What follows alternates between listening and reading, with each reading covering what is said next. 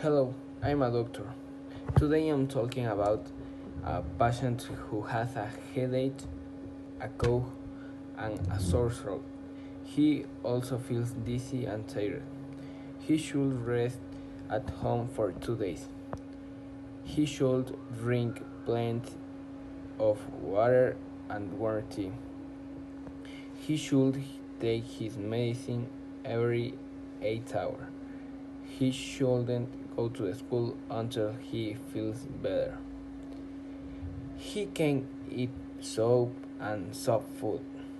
He can take the medicine after meals.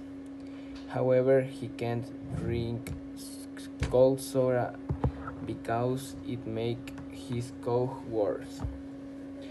Taking care of your health is important. You should always follow your doctor's advice. Thank you.